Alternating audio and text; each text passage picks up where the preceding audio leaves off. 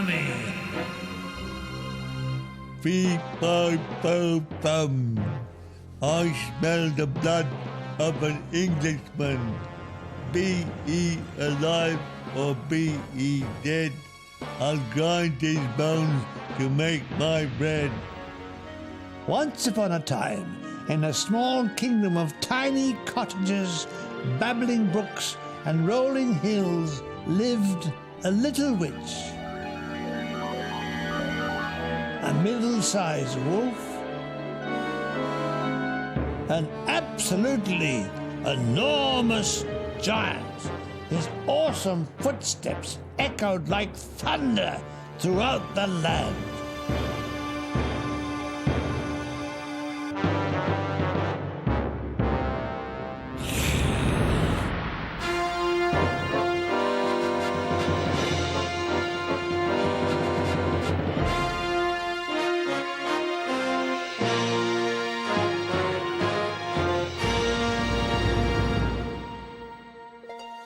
Once upon a time, there was a miller who left his estate to his 3 sons.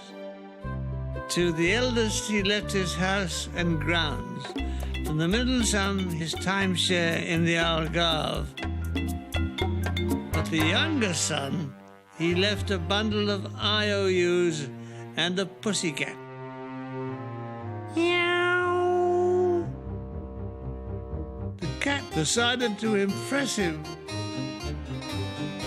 Donning an enormous pair of boots, the cat decided to catch some rabbits.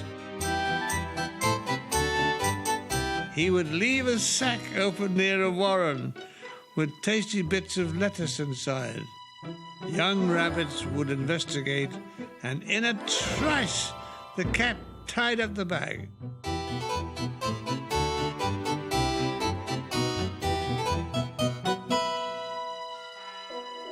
However, he did not take them to his master, but to the king.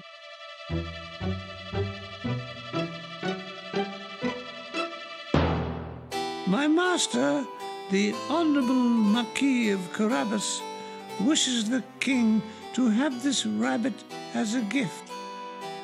And bon appetit! The king was delighted with his present and told the cat to tell his master so. The cat had big plans for the poor miller's son. He next turned his attention to catching pheasants.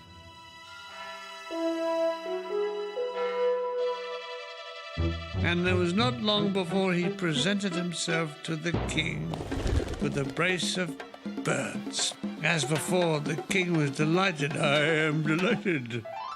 As he was when the cat later showered him with gifts of all kinds. One day the cat and his master were sitting by a river when the king's carriage approached. Quick, undress and jump in the water. Meow!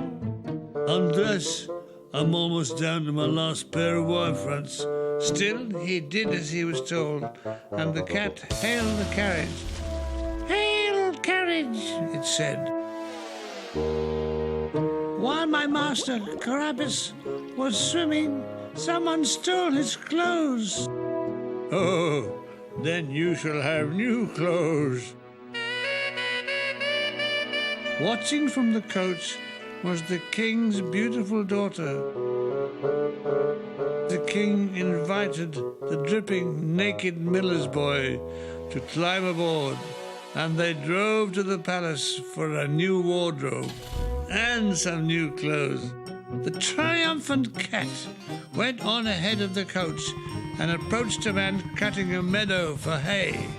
When the king drives past, tell him this meadow is owned by His Excellency, the Marquis of Carabas, or else.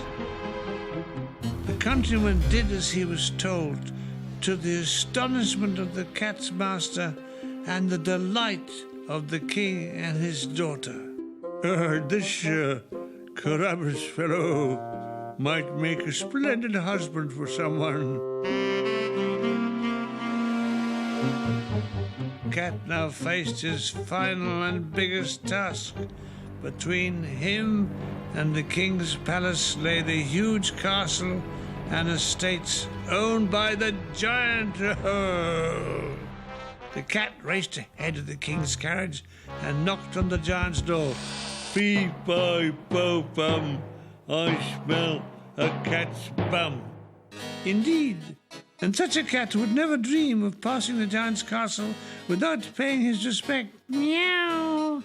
State your business and VAT number. The cat asked the giant whether it was true the witch had put a spell on him so that he could turn into whatever he liked. That is very true. I shall give you a short demonstration. First, I'm going to turn into a wolf. And at that instant, he changed into a snarling, hungry wolf. Okay, I believe you, gasped the cat. I think I prefer you as a giant. And with an enormous flash, the wolf reappeared as the giant. Oh, that had you worried.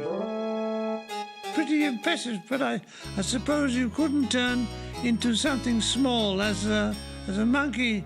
Better than that, I could change into a mouse, and you could chase me round the room, said the mentally challenged ogre. Quick then, said the cat, hearing the approaching king's carriage. In a flash, the giant was a mouse, and the cat only had time to grab the mouse as the king and his entourage entered the room to pay his respects to the giant. Giant, said the cat, a mouse's tail hanging from his mouth, but this castle belongs to my master, His Excellency the Carabas de Carabas, always has and always will. At this, the princess fell into the arms of the open-mouthed miller's boy. Possessions: 1 GCSE, 1 cat, 1 steam kettle, and half a kingdom. You shall be married this very day. And as for you, Master Cat, you shall be the next Home Secretary.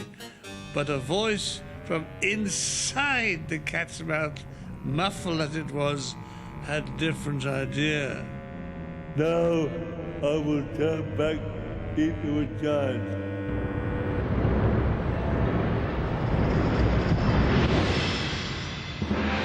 Oh, you have deceived us all, you swine, said the king, giving chase. And he tricked me, roared the giant as he joined the stampede after the cat, who enjoyed the shortest appointment as Home Secretary in history. You'll be hearing from my solicitor. I'll get you one day, you see.